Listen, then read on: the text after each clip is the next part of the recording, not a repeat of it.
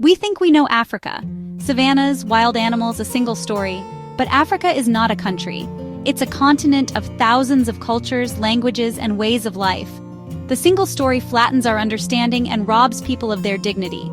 I invite you to look beyond the headlines and simple images. This journey is about listening, about seeing people as they see themselves. When we travel with curiosity and respect, we unravel the single story. We discover that the world is more complex and beautiful than we imagined. The people we meet have families, dreams, and stories just like us. Their stories can change us, connect us, and make us more human. I remember reading only Western books as a child. None reflected my world. Then I found African writers. Their stories opened a door in my mind. I realized my story and my people's stories mattered too. Many stories empower us and show us the richness of our world.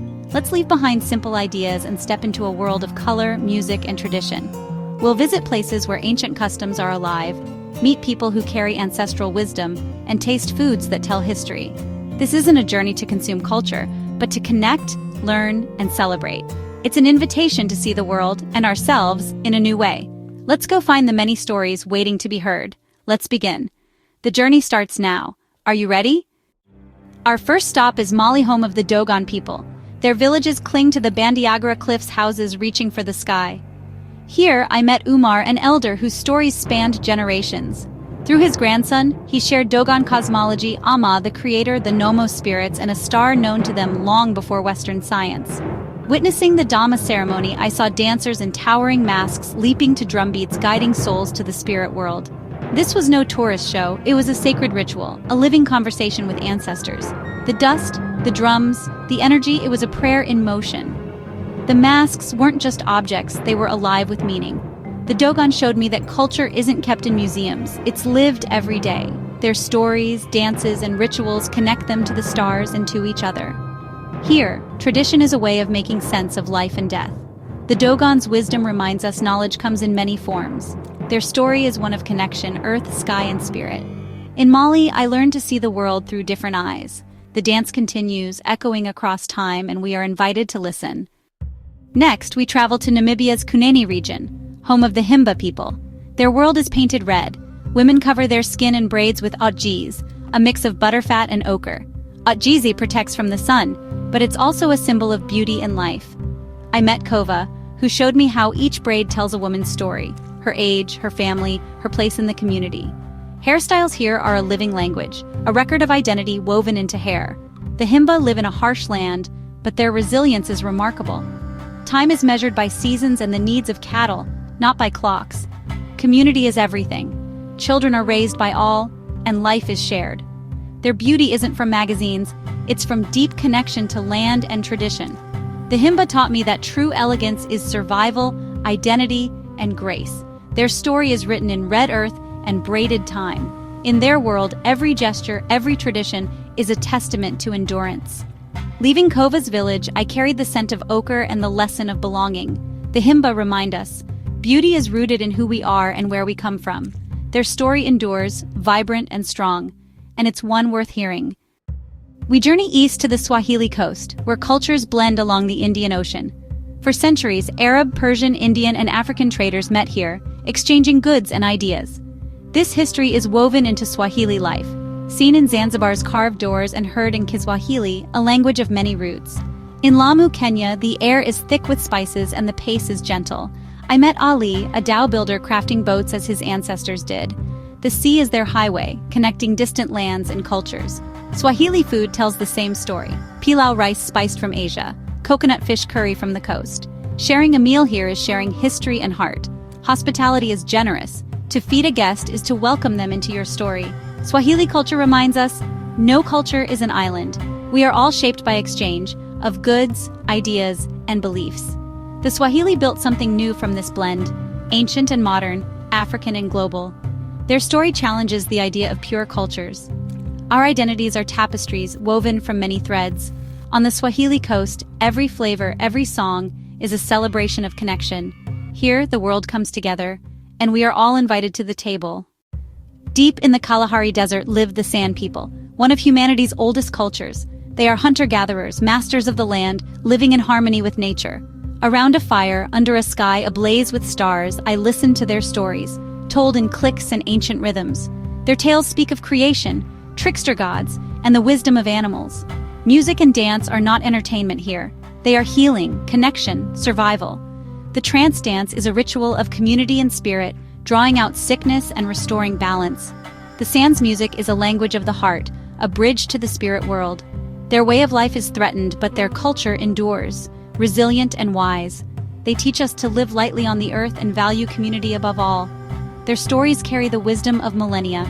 In the Kalahari, I learned that the simplest song can heal, and the quietest people can hold the oldest truths. The San remind us, listen to the land and to each other. Their whispers ride the wind under a sky full of stars. Their story is a gift of peace and connection, and it's one we must not forget. In Morocco's Atlas Mountains, the Amazi people, North Africa's indigenous community, live close to the land. Their villages blend into the rugged landscape, shaped by seasons and tradition. I was welcomed into a home where hospitality is sacred, and a guest is a gift from God. We sat on colorful rugs, sipping mint tea poured high, a gesture of welcome. Fatima, the mother, served tagine lamb, apricots, almonds, flavors of earth and history. Every ingredient came from their farm, every recipe passed down through generations. The meal was more than food. It was a celebration of land, family, and gratitude. Stories flowed, of seasons, weddings, and festivals, spoken in Tamazight, the language of belonging.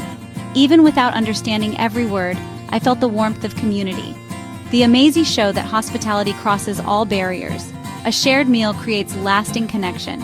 Their culture is ancient, yet alive in every gesture and flavor. In the mountains, I learned that food is memory, and hospitality is a universal language. The Amazigh story is one of resilience, pride, and generosity. Their welcome lingers long after the meal ends, and their lessons travel with us. This journey taught me the art of listening. To truly connect, we must set aside our expectations and listen with our whole being. Respect is the foundation. Asking permission, learning a few words, dressing modestly. These small acts show we value others' cultures and open doors to deeper connection. I learned my perspective isn't the only one. There are many ways to live a good life. The Dogon, Himba, and San each offered different wisdoms about the universe, beauty, and healing. These lessons didn't erase my worldview, they expanded it. The world is richer and more complex than any single story. Travel, done with humility, is a gift. So, when you travel, practice listening. Share tea, ask questions, and be comfortable with silence. Let people show you their world through their eyes. Don't judge, learn. This is how we move beyond the single story and build bridges of understanding. It's how we see the humanity in everyone we meet, and it's how we are changed for the better. The art of listening is the heart of true travel, and it's a lesson we can carry everywhere. Across Africa, I found a common thread: shared humanity. Beyond customs and languages, I saw love, pride, joy, and kindness. These are the things that connect us all. The media often focuses on what divides us, but face to face, we find common ground. We all want safety, respect, joy, and meaning. Recognizing this shared humanity is the antidote to fear and prejudice. I watched children in a Swahili village play together, their connection effortless and pure. Children remind us, connection is natural, division is learned, culture isn't a wall, it's a window to new ways of seeing. Each tradition is a unique answer to life's questions. By learning about others, we enrich our own identity. We become more compassionate and connected to the global family. The single story breaks when we see ourselves in others. Our differences become bridges, not barriers. This is the true gift of travel and curiosity, and it's a gift we can share. Our journey through Africa's hidden cultures ends here, but the real journey is just beginning. The stories we've heard are only a glimpse of this vast continent's richness. You don't have to travel far. Read African authors, listen to new music, visit local cultural centers. The danger of a single story is that it creates stereotypes. By seeking many stories, we see the world's true complexity. This isn't just intellectual, it's emotional. It connects us to our own humanity and to others. Be curious, ask questions, listen with an open heart, seek out stories that aren't often told, celebrate overlooked cultures. In doing so, you honor the dignity and humanity of others, and enrich your own life. Stories break down walls and build bridges. Let this be the start of your own exploration. Let Africa's colors, music, and flavors inspire you. Remember Umar, Kova, Ali, their stories are gifts. Accept them with gratitude and curiosity. The journey to understanding is the most important journey we can take. Let's continue it together. The world is waiting, and so are its stories.